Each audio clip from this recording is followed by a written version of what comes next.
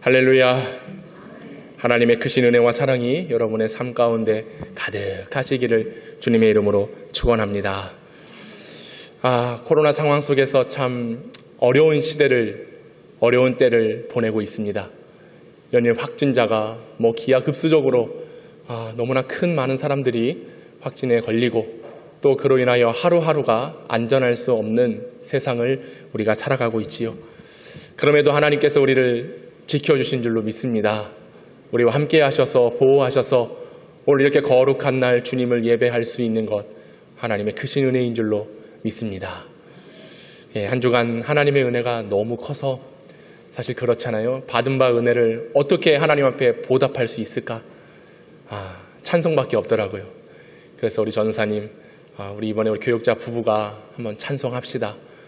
이 찬양의 가사처럼 예수는 내 힘이요 소망이요 삶인데 그 주님만을 위해 한번 나가봅시다 라고 그렇게 저의 독단적인 결정으로 인해서 우리 전사님 이렇게 같이 찬양을 했는데요. 우리 이진아 전사님은 입덧 투혼입니다. 입덧 투혼. 지금 얼마나 입덧이 심한지 아주 갖가지 온갖 냄새를 혼자 다 맡고 있어. 그래서 아주 힘든 때 지금 아이를 지키느라고 열심히 기도하고 또 그러고 있는데 전사님 위해서 기도해 주시고 그 삶의 가정에도 하나님의 은혜 정말로 풍성하게 있기를 간절히 원합니다. 그래서 한 달 동안 고생했는데 다행히 좀 안정기가 접어들어서 감사하다. 그래서 참 감사하고 또 함께 찬양을 나눌 수 있어서 감사하고 아쉬운 거는 참 연습 많이 했는데 그냥 혼자 치고 나가니라고 하여튼 성격 급하는 게 어디서 티가 나는 거예요. 하여튼 잘했죠? 그 말 안 했으면 나 좀 삐질 뻔했네. 다음에 다시 한번 연습해서 할 수 있도록 기회를 주십시오. 제가 왜 하겠습니까? 전에 여러분 보고 신청하세요, 찬양하세요 그러니까 아무도 한 사람도 오죽했으면 제가 하겠습니까? 그래서 이제 제가 지명을 할 거예요. 누구 딱 우리 장로님들도 한번 합시다. 할렐루야. 아멘 나왔습니다. 우리 당회원들도 같이 또 그럼 다음 주는 우리 당회원들 이렇게 또 만들어 가야죠. 좋습니다. 그래서 시간 하나님을 예배하고 찬송의 제사를 하나님께 올려드리면 누가 기뻐하시겠어요? 하나님이 기뻐하시는 거죠. 할렐루야. 이번 대림절 특별히 우리가 무엇보다도 주님 오심을 간절히 사모하고 기대하는 가운데 예배하고 찬양하고 기도하고 말씀의 깊은 뜻을 헤아려서 주님의 뜻 가운데 나아갈 수 있는 우리 영평의 성도들 될 수 있기를 주님의 이름으로 축원합니다. 우리가 지난 시간에는요, 말씀으로 우리 곁에 오신 그리스도 함께 말씀을 나누었습니다. 어떻게 이번 한 주간 주님과 말씀으로 가까이 하셨습니까? 말씀 가까이 할 때에 우리의 모든 것은 주님의 뜻을 이루소서. 오직 주님의 뜻 가운데 살아가는 것이죠. 오늘은 이어서 빛으로 오신 그리스도를 함께 말씀을 나누고자 합니다. 사람들은요, 세상에 살아가면서 많은 것을 봅니다. 그리고 본 것을 마음에 담고 생각을 해요.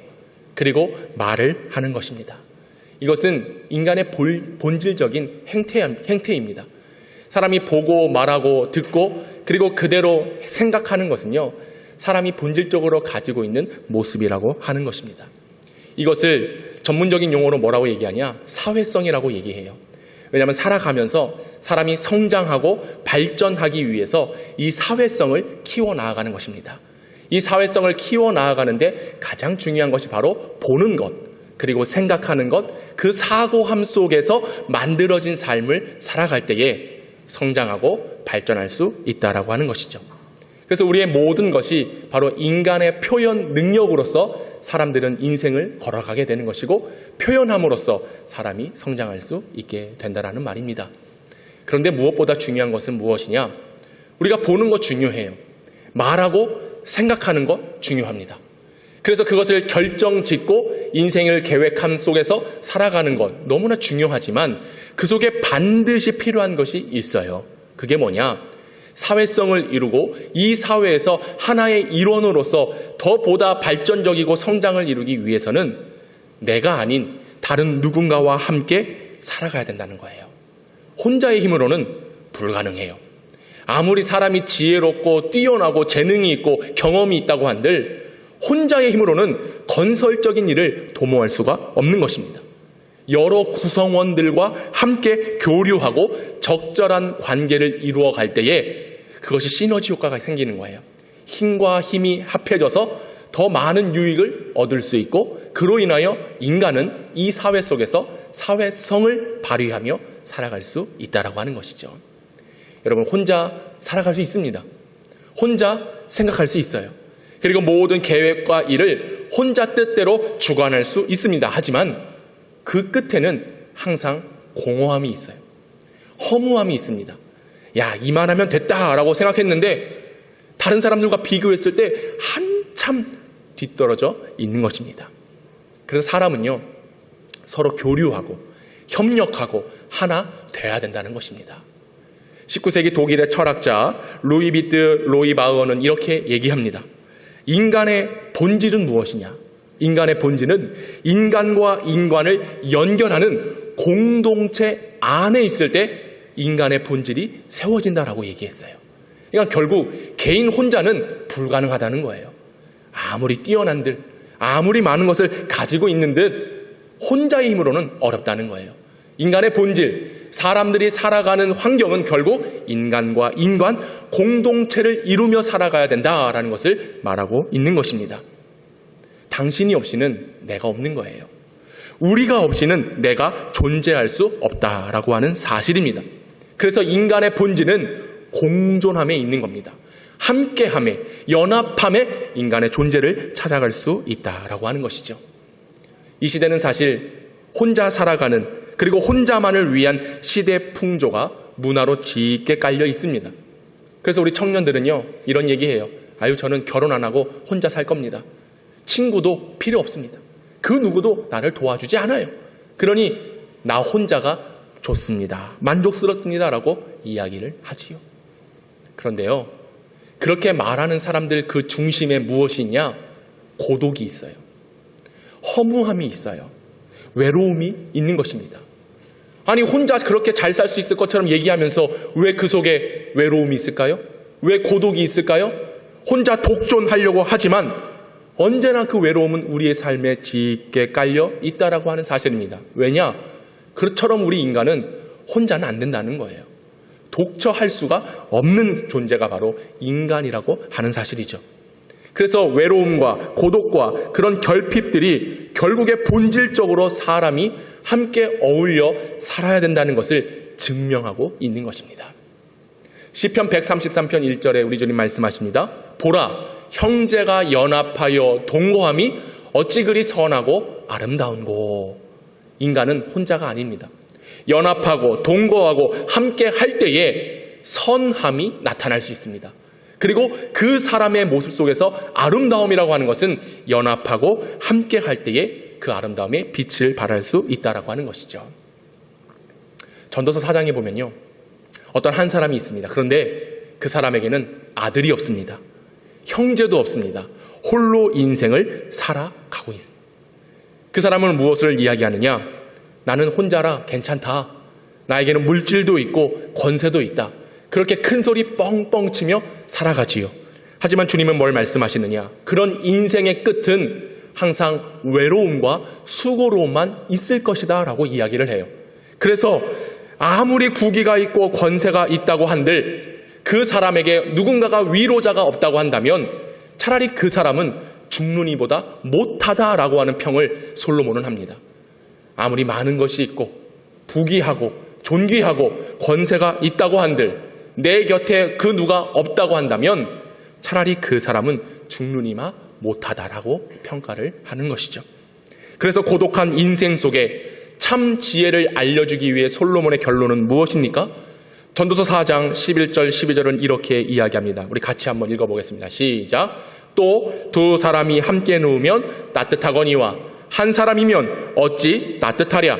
한 사람이면 패하겠거니와 두 사람이면 맞설 수 있나니 세 겹줄은 쉽게 끊어지지 아니하느니라. 아멘. 혼자 따뜻할 수 있을까요? 없어요. 이 추운 겨울에 아무리 내가 나 혼자 이렇게 몸을 비벼본들 따뜻할 수 없는 겁니다. 근데 사랑하는 가족들을 꽉 끌어안고, 사랑하는 자녀들을 꽉 끌어안고, 그리고 우리 성도들을 기쁨으로 만났을 때에 아이고 권사님, 집사님, 목사님 반가워요. 아까 2부 예배 시작하기 전에 카페에 잠깐 내려갔더니 우리 권사님들 몇 분이 앉아 계시더라고요. 근데 분위기가 난 이곳이 천국이다 느꼈어. 예, 서로 맞이해 주는 거예요. 목사님 보고 싶었어요. 아이고 권사님 오셨어요. 좋아요. 아이고 추운데 어떻게 보내셨어요? 이런 추위는 추위도 아니죠. 왜요? 교회 오는 즐거움에 그냥 몸이 따뜻해진 거예요. 할렐루야. 이걸 경험해 봤어야 알지. 예? 우리 교회는 그런 교회입니다. 혼자는요 외로운 거예요. 여러분 보십시오. 내 곁에 누가 있는지, 여러분을 위로해주고 함께 해줄 그 어떤 한 사람이 있으십니까? 하나님께서 세상을 창조하셨습니다. 아담을 만드셨어요. 그런데 하나님 보시기에 아담이 참 딱한 겁니다. 창세기 2장 18절에 이렇게 말씀하시는데요.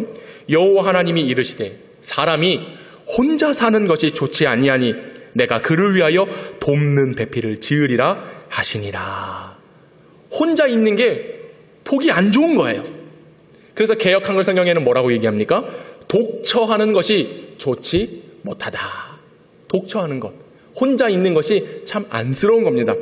그래서 세번역 성경에는 이렇게 말합니다. 곧 그에게 알맞은 짝을 만들어 주리라. 짝을 만들어 주신대요.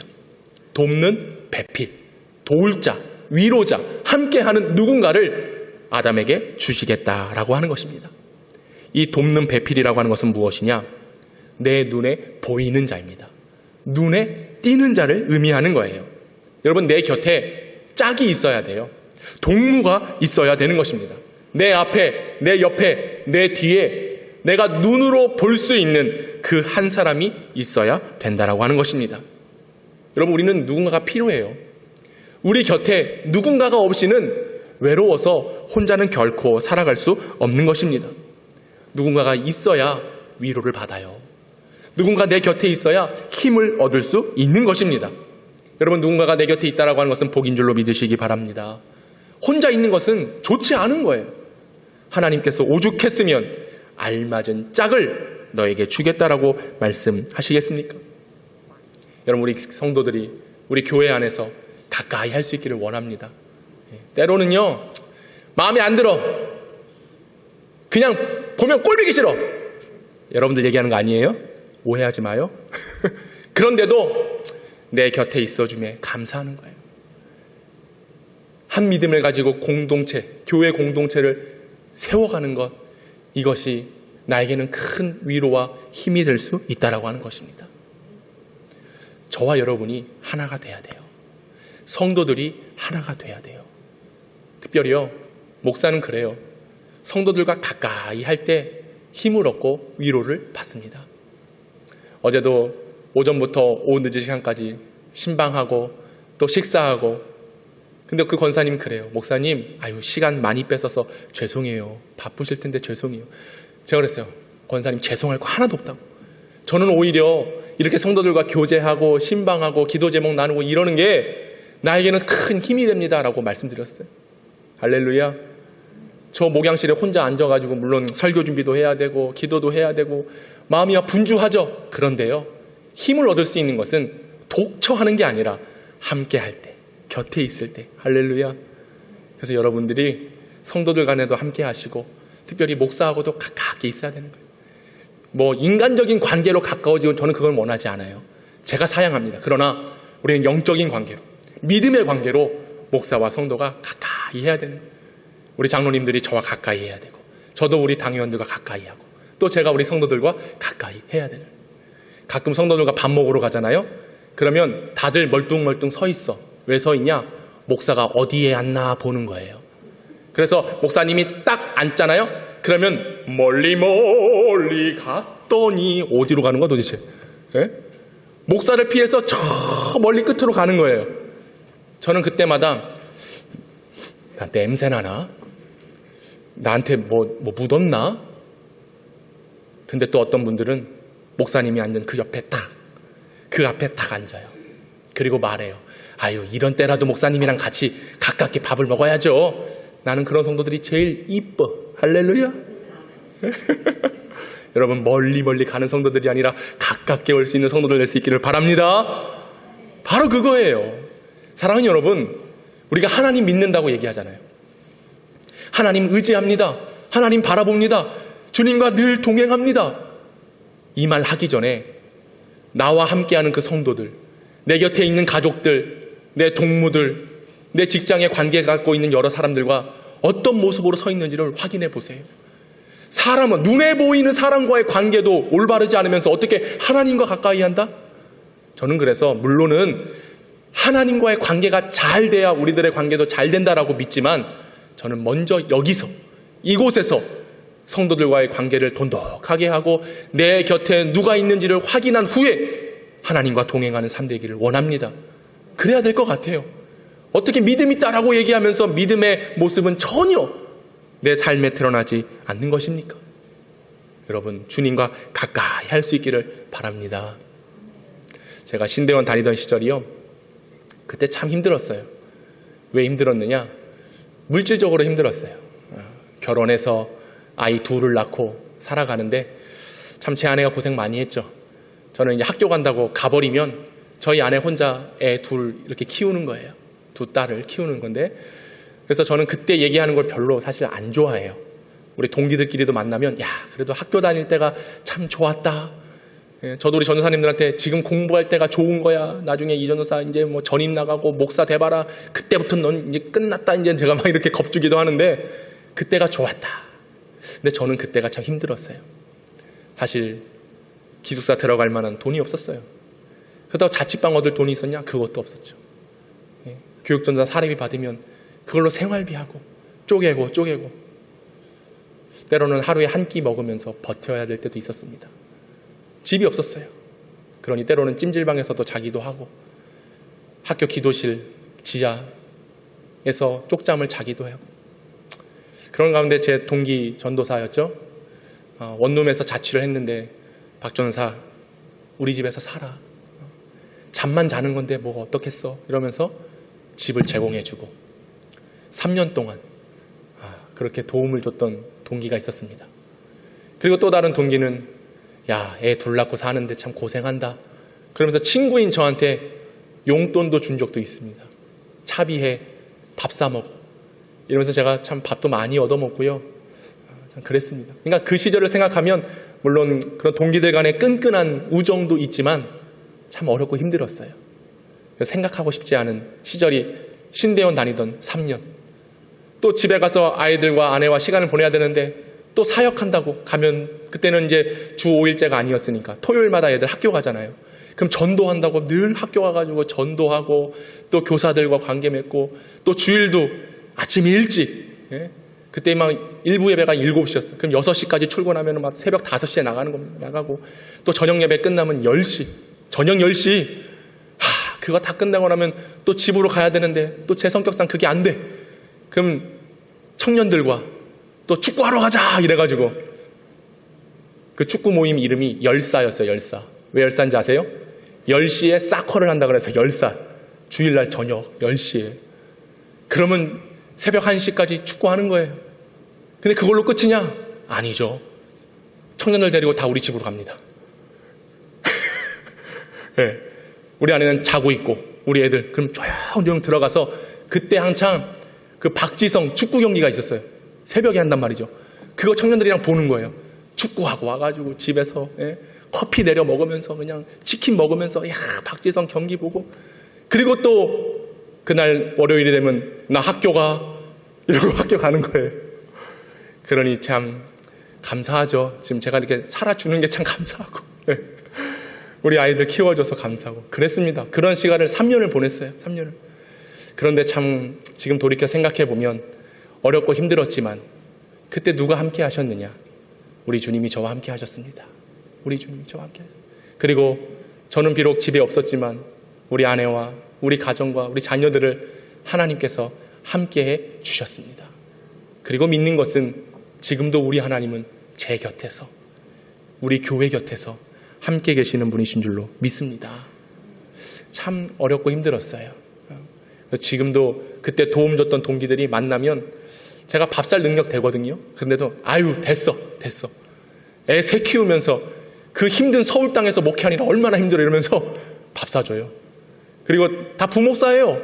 부목사인데 지금도 매달 저희 집으로 쌀 보내줍니다. 애 새 키우는데 힘들다고 본인들도 힘들면서. 참 그런 관계들, 이게 다 어떻게 이루어지는가. 제 곁에 누군가가 위로해주고 도움을 주고 있다라고 하는 사실, 그리고 그 모든 것을 이끌어 가시는 분은 바로 살아계신 하나님이 제 곁에 계시다라고 하는 사실입니다. 여러분, 그래서 우리는 하나님을 믿으며 그분이 나와 어떻게 역사하시는가를 확인해 볼 필요가 있는 겁니다.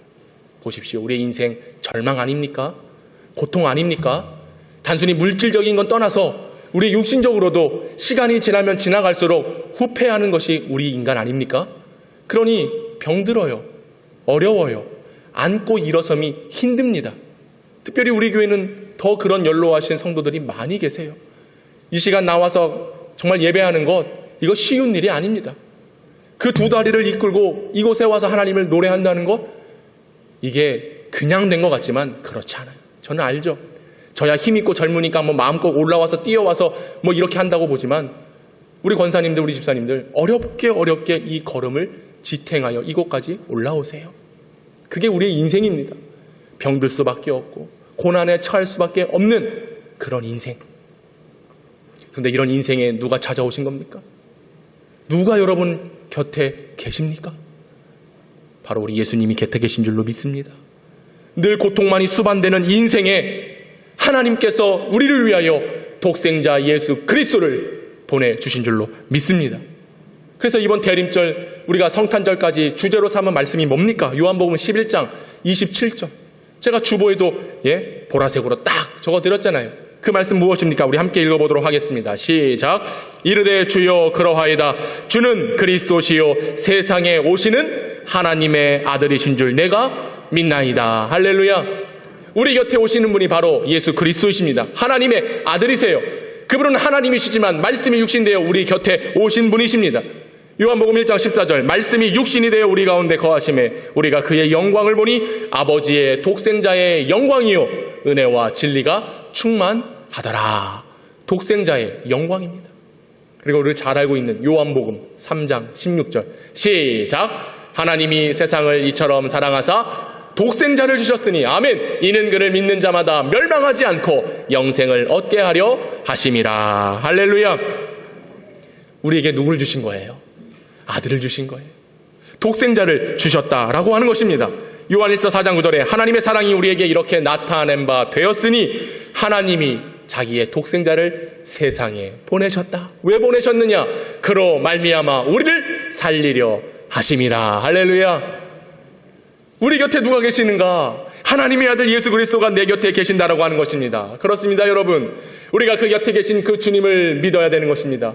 그 주님을 바라봐야 되는 것입니다. 위로하고 어렵고 힘들고 정말로 고통 가운데 머물고 있는 우리 인생에 독생자 예수 그리스도가 함께 하시는 겁니다. 그때의 절망적인 우리의 인생이 소망으로 바뀌게 되는 것입니다. 눈물 지으며 한숨 지을 수밖에 없는 우리의 인생이 기쁨과 행복으로 바뀌게 되는 것입니다. 죽을 수밖에 없는 존재들이 독생자 예수로 말미암아 영원히 살리심을 받게 될 줄로 믿습니다. 이게 은혜입니다. 할렐루야. 우리 성도들이 이것을 항상 기억해야 돼요. 내 곁에 계신 분이 누구신가? 바로 하나님의 아들이신데 우리를 구원하시려고, 영생을 주시려고, 살려주시려고, 복을 주시려고, 치유를 주시려고, 회복을 주시려고, 하나님의 놀라운 사랑을 깨닫게 하시려고 그 예수 그리스도가 내 곁에 계신 줄로 믿으시기 바랍니다. 우리는 그 주님을 고대하는 거예요. 기다리는 거예요. 주님 어서 오시옵소서. 이 놀라운 은혜를 말씀으로 주십니다. 그리고 그 말씀이 내게 주어졌을 때에 우리의 가운데 있는 모든 어두움은 떠나가게 되고 죄성은 사라지게 되고 주님의 밝은 빛으로 인하여 빛의 자녀들이 될 수 있을 것입니다. 여러분, 이것을 믿으시기 바랍니다. 그래서 오늘은 그 말씀을 의지하고 나아가는 성도들이 빛 대신 주님을 받아들이고 그 빛된 삶을 어떻게 살아가야 될 것인지 함께 말씀을 나누려고 하는데요. 하나님은 빛이십니다. 이 어둠이 만연한 이 땅에 빛으로 오신 분이시지요. 태초에 말씀이신 로고스는 역사하셨습니다. 태초가 시작되면서 계신 분이 아니라 이미 태초 이전에 역사하시는, 선재하시는 분이 바로 우리 그리스도 예수시지요. 근데 요한은 한 가지를 더 얘기합니다. 말씀이신 그리스도가 빛이시다. 참 빛이시다. 이것은 무엇을 뜻합니까? 빛이 있으라 하나님께서 세상을 창조하실 때 있었던 그 빛, 우리가 눈으로 보는 물리적인 빛이 아니라 그 빛을 다스리시고 빛의 주관자 되신 예수께서 창조되기 이전의 빛 가운데 역사하셨다는 것을 이야기하고 있습니다. 오늘 본문의 말씀 4절과 9절을 한번 읽어보도록 하겠습니다. 먼저 4절입니다. 시작. 그 안에 생명이 있었으니 이 생명은 사람들의 빛이라. 9절 말씀 볼까요? 시작. 참 빛, 곧 세상에 와서 각 사람에게 비추는 빛이 있었다. 할렐루야. 이 빛이 무엇입니까? 바로 생명을 의미하는 거예요. 태초에 빛이 있으라 했을 때의 그 빛은 오직 예수 그리스도를 통하여 나타난 빛인 줄로 믿으시기 바랍니다. 그러므로 그 예수를 믿는다라고 하는 것은 우리가 영생을 얻고 생명을 얻어 하나님의 자녀가 되는 놀라운 복을 누리게 된다라고 하는 사실이에요. 여러분, 그래서 우리는 빛이 필요합니다. 어둠과 죄로 가득한 우리의 인간, 고통과 슬픔과 아픔 속에 살아가야 될 우리의 인간은 주님의 빛이 필요한 것입니다. 여러분, 주께서 말씀하십니다. 빛이 있으라. 이 빛은 곧 예수 그리스도의 생명의 빛인 줄로 믿으시기 바랍니다. 이 빛은 헬라어로 포스라 그래요. 포스. 일반적인 광명, 밝음을 의미하는 것이 아니라 하나님의 구원, 창조, 영적인 생명이 그 빛 안에 담겨져 있음을 요한은 이야기하고 있는 것입니다. 곧 우리 안에 모든 죄를 속량하시고 하나님의 은혜의 보좌 앞으로 이끌어 주시는 놀라운 능력이 되는 것이죠. 여러분, 우리가 교회에 어떻게 올라왔습니까? 그냥 눈에 보여서 해가 중천에 떠 있으니까 교회에 올라온 것이 아니에요. 우리들의 발걸음을 빛으로 인도하셨기 때문에 그렇습니다. 우리가 예수님을 항상 내 곁에 모시고 그 주님과 동행하였기에 오늘 거룩한 성산에 올라와서 주님을 예배하고 있는 것입니다. 여러분, 우리는 빛의 자녀로 살아야 됩니다. 그 빛 대신 주님과 함께 동행해야 된다라고 하는 것이죠. 천체로 비유를 한번 들어볼까요? 우리 지구는 태양을 중심으로 돌고 있습니다. 모든 우주의 생태계가 그렇게 조성이 되어 있지요. 태양은 뭡니까? 발광체입니다. 발광체. 그러면 지구는요? 다른 행성들은요? 거기에는 다 반사체입니다. 여러분, 이 지구가 아무리 날이 밝고 어둠이 있고 이런 변화가 있다고 한들 우리 지구가 스스로 빛을 발할 수 있느냐? 발할 수 없는 거예요. 태양으로부터, 발광한 태양으로부터 빛을 받아야지만 이곳에 환한 빛이 임하게 되는 것이죠. 그와 같습니다. 그리스도는 바로 발광체이에요. 태양과 같은 분이십니다. 그래서 그 밝은 빛이 우리에게 비춰지면 우리는 그 빛을 받은 반사체가 돼서 빛을 발하며 살아갈 수 있게 되는 것이죠. 마태복음 5장에 보면 예수님께서 너희는 세상의 빛이라 말씀하셨어요. 아무리 우리를 향하여 너희는 세상의 빛이라 라고 말씀하셨지만 우리가 빛이 될 수 있습니까? 우리에게 빛이 나올 수 있어요? 우리의 생각, 우리가 보는 것, 우리가 말하는 것, 우리가 마음 품은 것, 과연 선한 것이 나옵니까? 안 나와요. 왜냐? 우리는 죄인이기 때문에 그렇습니다. 하지만 발광체이신 예수의 빛이 우리에게 비춰지면 그때에 비로소 우리는 그 빛을 받아 반사할 수 있는 세상의 빛이 되는 것입니다. 우리가 하나님을 믿는 이유가 바로 여기에 있습니다. 빛 대신 주님을 내 곁에 모셔야 되는 이유가 바로 거기 있습니다. 왜요? 나는 여전히 어둠 가운데 있는 죄인이고 내 혼자의 힘으로는 그 빛을 발휘할 수 없기 때문에 발광체이신 그 빛을 모시고 빛의 사람으로 살아가야 된다는 것이죠. 요한복음 8장 12절은 이렇게 말씀하십니다. 예수께서 말씀하여 이르시되 나는 세상의 빛이니 나를 따르는 자는 어둠에 다니지 아니하고 생명의 빛을 얻으리라. 할렐루야. 그렇습니다. 주님의 빛이 내게 비춰졌을 때에 우리는 어둠에 다니지 않게 되는 거예요. 우리가 빛의 자녀로 너희는 세상의 빛이라라고 하는 말씀이 이루어지기 위해서는 반드시 말씀하시는 그 예수 그리스도, 빛 가운데 역사하시는 예수 그리스도를 나의 주인으로 인정하고 내 모든 것을 다 내어드릴 때에 그러므로 내 곁에 오신 그리스도로 인하여 나는 세상의 빛이 될 수 있다라고 하는 것입니다. 여러분, 왜 우리는 빛의 자녀로 살아갈 수 없을까요? 여전히 우리 안에 죄가 있기 때문에 그런 것입니다. 그리고 우리에게 또 한 가지의 연약함이 있는데 그것은 뭐냐? 믿음이 없다라고 하는 거예요. 빛 대신 주님을 믿는 믿음이 없어요. 그러니 우리는 여전히 어둠의 세상에서 죄인된 삶을 살아가게 되는 것이죠. 요한복음 12장 46절은 이렇게 말씀하십니다. 나는 빛으로 세상에 왔나니 무릇 나를 믿는 자는 어둠에 거하지 않게 하려 함이로다. 무릇 나를 어떻게 해요? 믿는 자. 여러분, 빛 대신 주님을 내 곁에 모시기 위해서는요, 믿음이 필요합니다. 믿음이 있어야 돼요. 믿음이 없으니 항상 우리는 어둠에 거할 수밖에 없다라고 하는 것이죠. 오늘 본문 5절 말씀 한번 보실까요? 5절. 빛이 어둠에 빛이 돼 어둠이 깨닫지 못하더라 말씀합니다. 깨닫지 못하는 것. 그리고 본문 10절과 11절. 그가 세상에 계셨으며 세상은 그로 말미암아 지은 바 되었으되 세상이 그를 알지 못하였고 자기 땅에 오매 백성이 영접하지 아니했다. 여기에 나타난 세 가지가 있습니다. 깨닫지 못했다, 알지 못했다, 그리고 영접하지 못했다. 이게 뭐냐? 믿음이 없었다는 거예요. 믿음이 없으니까 깨닫지 못하는 거예요. 믿음이 없으니까 그리스도를 알지 못하는 겁니다. 믿음이 없으니까 결국 그분을 영접하지 못하게 된다라고 하는 것입니다. 여러분 어떻습니까? 오늘 주시는 말씀에 깨달음이 있으십니까? 이 주시는 말씀에 믿음이 용솟음쳐 올라오고 있습니까? 오늘 주시는 말씀에 그 예수님을 만나고 그 주님을 아는 지식과 지혜가 넘쳐나고 계십니까? 그리고 묻습니다. 여러분 안에 예수 그리스도가 계시나요? 주님을 영접하셨습니까? 주님이 오늘 오실 때에, 다시 이 땅에 재림하실 때에 내가 그 영광의 나라에 들어갈 것을 확신하십니까? 믿으세요? 부산에 큰 교회가 있습니다. 에스모 교회인데, 그때 그 목사님이 30대 중반에 담임 목사를 부임하셨어요. 그래서 첫 번째 당회를 딱 하고 아주 은혜롭게 교회가 진행되는 것 같았습니다. 그래서 목사님이 그 교회 수석 장로님을 찾아가서 신방했어요. 장로님께 묻습니다. 장로님, 감사합니다. 이렇게 좋은 교회 제가 올 수 있도록 기회 주시고 또 그렇게 함께 해주시니 너무 고맙습니다. 근데 장로님, 예수님 믿으십니까? 그 선임 장로한테 얘기했어요.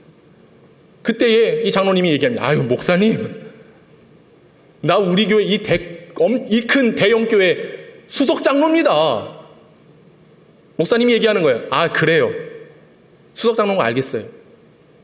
근데 오늘 죽으면 천국 갈 믿음이 있냔 말이에요. 아, 목사님, 이 큰 교회 내가 건축했습니다. 내가 헌금을 얼마나 한 줄 아세요? 지금까지 오는 모든 역사 속에 나 없이는 된 게 없습니다. 아, 알겠고 오늘 죽으면 천국 갈 수 있냐고요? 당신 속에 예수가 있냔 말이에요. 그러다 이 장로님이 무릎을 꿇습니다. 목사님, 나는 죄인입니다. 나는 죄인입니다. 저는 여러분에게 묻고 싶어요. 우리가 주님 오실 날을 기다린다, 소망한다, 예수님 믿고 예배를 드린다라고 얘기하는데, 오늘 여러분 속에 예수님을 영접하는, 예수님을 믿고 있는 그 빛이 있냔 말이에요. 있으십니까? 저는 묻습니다. 오늘 주님 오시는 그때에 심판대 앞에 섰을 때 과연 나는 하나님을 믿고 그분을 받아들이며 주님과 함께 영원히 살 것을 확신하십니까? 아멘 해봐요. 그런 믿음 없이 어떻게 내가 빛의 자녀로 살아갑니까? 주님을 영접하지 않고 깨닫지 않고 붙들지 않고 알지 못하면서 어떻게 내가 수십 년 신앙생활했다 이야기할 수 있습니까? 우리는 정말 이 믿음이 필요해요. 다른 많은 말들, 좋은 말들, 귀에 듣기 좋은 말들 인정해주고 받아주고 세워주고 너무 중요하죠. 그런데 다른 것보다도 오늘 예수를 믿고 구원받았는가? 그게 중요한 거예요.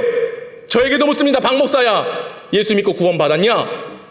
너의 삶이 정말로 하나님께 붙들린 삶 맞느냐? 오늘 주님을 설교하고 있지만, 주의 복음을 외치고 있지만 너는 과연 이 복음 앞에 부끄럽지 않으냐? 믿음이 필요합니다. 믿음이 있어야 됩니다. 영평교회 성도들이요, 깨어서 믿음을 가지시기 바랍니다. 주님을 영접하셔야 돼요. 모든 백성들이 예수가 오셨음에도 그 예수를 알지 못했어요? 깨닫지 못했어요? 믿지 못했어요? 영접하지 못했습니다. 깨닫지 못했다는 건 뭐냐? 이 깨닫다라고 하는 것은 붙잡다라는 것을 의미하는 거예요. 여러분, 예수를 붙잡고 계십니까? 오늘 주신 말씀 붙잡고 계십니까? 그런데 왜 사람들 눈에 보기에 왜 우리는 항상 그렇게 부족함이 있는 겁니까? 예배드리는 모습이 온전하지 못해요. 교회에 오는 발걸음이 복되지 못해요. 여전히 마음에 세상의 모습들이 가득 채워져 있어요. 여전히 세상 거 붙잡고 있으니까 그런 거예요. 내 고집을 붙잡고 있기 때문에 그런 거예요. 내 생각만을 붙잡고 있기 때문에 그런 거예요. 그거 다 깨트려버리고 다 벗어버리고 예수를 붙잡으시길 축원합니다. 예수만이 있는 거예요. 백성들은 깨닫지 못했다. 왜? 그 주님을 붙잡지 못했다라고 하는 거예요. 여러분, 오늘 하나님을 예배하는 이 시간 붙잡으시기 바랍니다.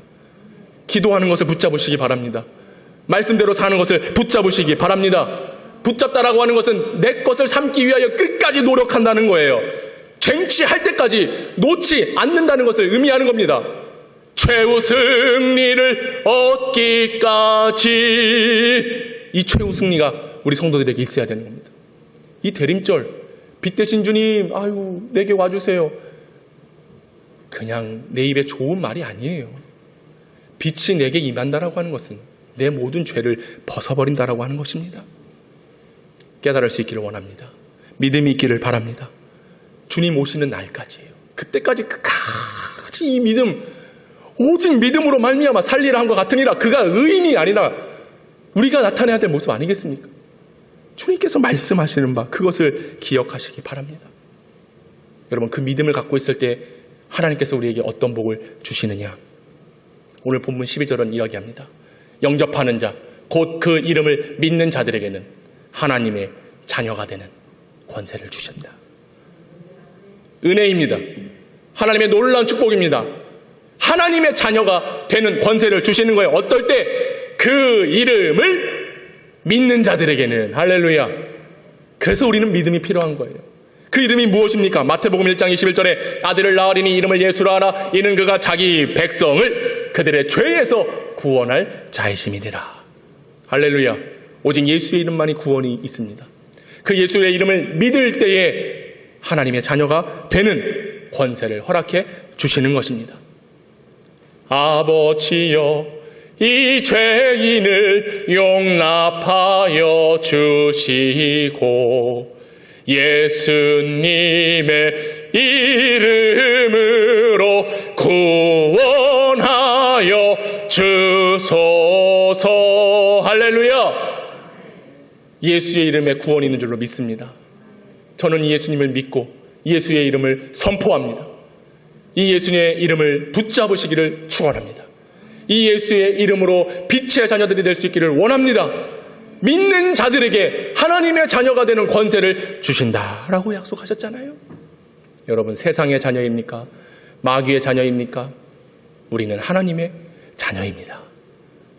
빛 대신 주님을 내 곁에 모시고 빛의 자녀로 살아가야 되는 저와 여러분 될 수 있기를 간절히 소망합니다.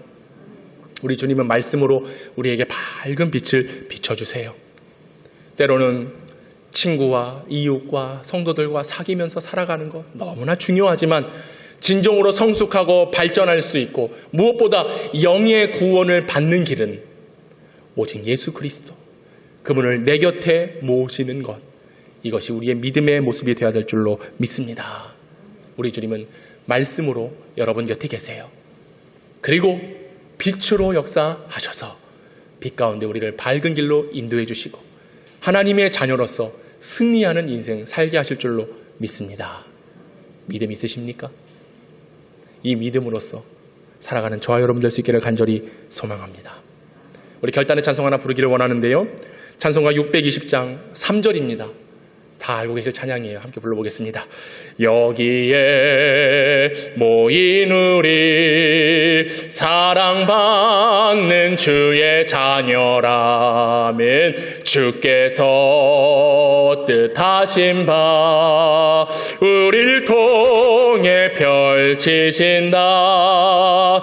고통과 슬픔 중에 더욱 주님 의지하오니 어려움 이겨내고 주님 더욱 찬양하라.